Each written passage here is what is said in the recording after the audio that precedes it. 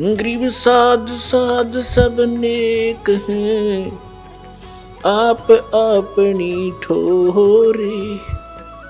जो सतलोक ले जाएंगे वो साधु कोई और।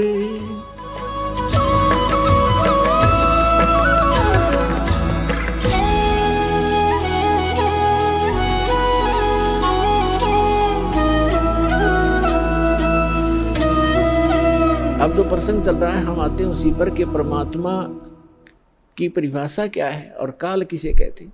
तो ये प्रसंग पूरा हुआ कि यथार्थ भक्ति कौन सी है, और वो स्थान एक ऐसा है जहाँ जरा मरण नहीं होता। वहाँ जाने के बाद प्राणी फिर लौटकर कभी संसार में नहीं आते, और वहाँ जरा और मरण नहीं है, वृद्धावस्था और मृत्यु नहीं है। और यहाँ दोनों डेफिनेट है। यदि मृत्यु भी है और वृद्धावस्था भी है, लंबी उम्र होगी तो वृद्धावस्था है, बीच में मर गया तो 100 पहाड़ टूट जाए परिवार के ऊपर, कमाने वाला एक था, बच्चों का क्या होगा, वह तो वृद्धावस्था तो बूढ़ी मौत होगी। कहने का भाव ये है, जब तक हम परमेश्वर की शरण में नहीं आते तब तक हम काल की रेंज में रहते हैं, और जब हम कबीर भगवान की शरण में आ जाते हैं हम काल की रीत से बाहर हो जाते हैं। फिर उसका विधान हम पर लागू नहीं रहता, हम परमेश्वर की शरण में आ जाते हैं। और समर्थ की शरण में जो आ जाता है उसको फिर बाहर का व्यक्ति दुखी नहीं कर सकता। उसको स्वयं पता होता है कि इस आदमी के इस शरणागत को छेड़ दिया तो ये तेरा बक्कल तार देगा। तो इसी प्रकार हम समर्थ की शरण में आ गए हैं। आप कबीर भगवान वो समर्थ है, वो कादिर परमात्मा है, उसकी शरण में आ गए। उसकी शरण ना त्यागना, इतना ध्यान अवश्य रखना। छोटा मोटा कष्ट भी होता है नाम लेने के बाद, तो ऐसे समझना जैसे एक बिल्ली बच्चे उत्पन्न करती है और 2-4 दिन के बाद उन बच्चों को दूसरे घर में ले जाती है, क्योंकि वहाँ वो ये देखती है कि कहीं तेरे बच्चों को यहाँ खतरा ना हो जा। और इस बात से उसके बच्चे भी परिचित होते हैं कि हम अपनी माँ के संरक्षण में हैं, और वो उनको अपने मुख से पकड़ती है। उसके तीखे दांत होते हैं बिल्ली के, तीखे, और उनको पकड़ती है।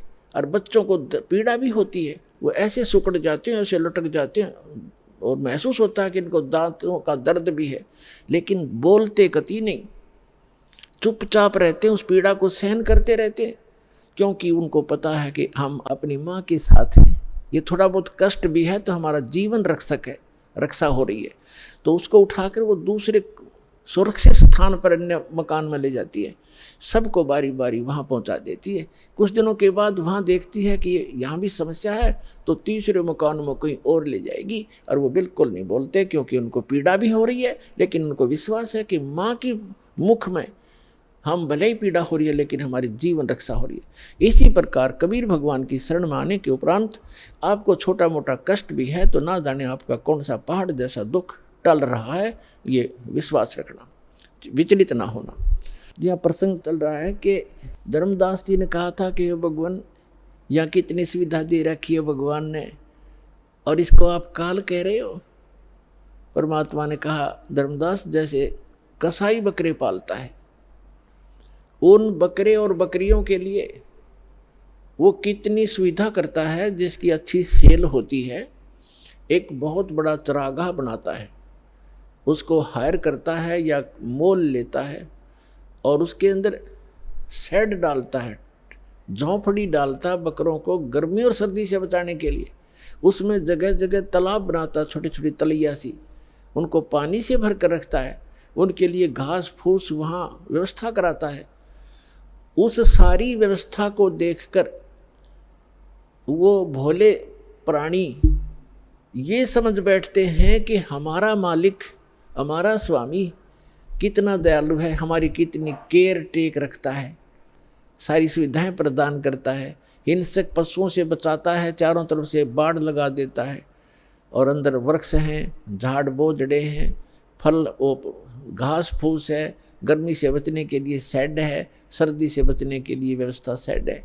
तो वो इस सारी व्यवस्था को देखकर वो मान बैठते हैं कि जो हमारा ये स्वामी है बड़ा दयालु है, ये परमात्मा है। और जब वो कभी उनके बीच में आता है तो वो सारे उसको प्यार देने के लिए उसके चारों तरफ कोई ऊपर को पैर फैलाता है अपने सीने से लगाने के लिए, और वो उसको चाटते हैं प्यार से, जीभ से चाटना चाहते हैं उनको एक विशेष रिगार्ड देने के लिए। वो तो चाट रहे हैं जीभ से, और वो कसाई देख रहा है से हाथ लगा के, और वो खुश होते हैं कि हमारा मालिक हमसे प्यार कर रहा है। वो देख रहा है कि ये कितना मांस हो गया, कितने का बिकेगा, और वो सोच रहे हैं मुझे हमें प्यार कर रहा है। तो पुण्यात्माओं परमात्मा कहते हैं कि जिस समय उस कसाई को 5-10 बकरों की आवश्यकता पड़ती है, बकरियों की, तो उस समय वो ये नहीं देखता ये किसकी माँ है किसका बेटा है। एक परिवार के 3-3 इकट्ठे भी आ सकते हैं, उनने तो मोटे मोटे छांट के और वो निकाल लेने जो अच्छे मांस युक्त हो गए, घनी बिक्री होगी। तो उस समय उन बकरों को भी पता होता है, ऐसे भागते ही इधर उधर दौड़ जाते, उनको मालूम है कि कहीं इनको खतरे के स्थान पर ले जा रहा है, इतना उनकी आत्मा में आभास होता है। तो कहने का भाव ये है कि इसी प्रकार जो यहाँ की सुविधाएं आप देख रहे हो, धर्मदास परमात्मा कह रहे हैं, कबीर भगवान, इन सुविधाओं को देखकर तो ऐसा लगता है जैसे बड़ा दयालु भगवान है, और उस समय तुम्हारी बुद्धि पर पत्थर गिर जाते हैं।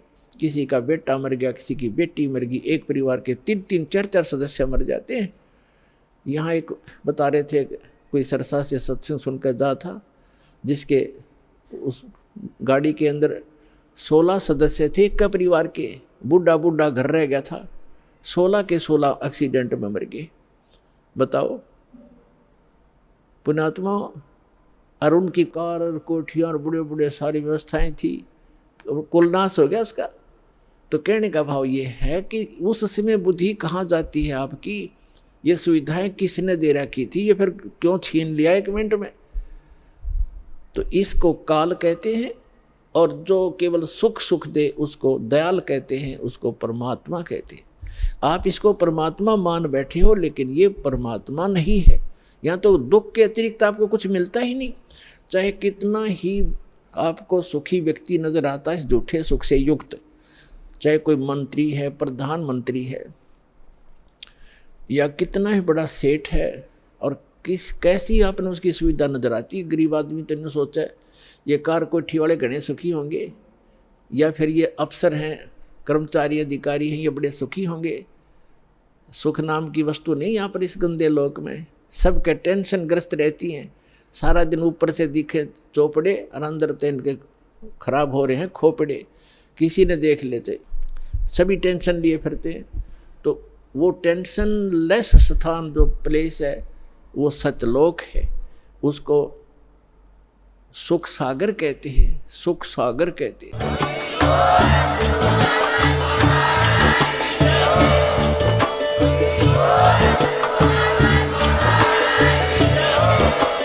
आप सुन रहे थे जगत गुरु तत्वदर्शी संत रामपाल जी महाराज जी के मंगल प्रवचन। अधिक जानकारी के लिए विजिट कीजिए हमारी वेबसाइट www.jagatgururampalji.org। संत रामपाल जी महाराज जी के शुभ आशीर्वाद से पूरे विश्व भर में 500 से भी ज्यादा नाम दीक्षा केंद्र हैं, जिन पर संत रामपाल जी महाराज जी द्वारा ऑनलाइन निशुल्क नाम दीक्षा दी जा रही है। अपने नजदीकी नाम दीक्षा केंद्र का पता करने के लिए संपर्क करें 8222880541।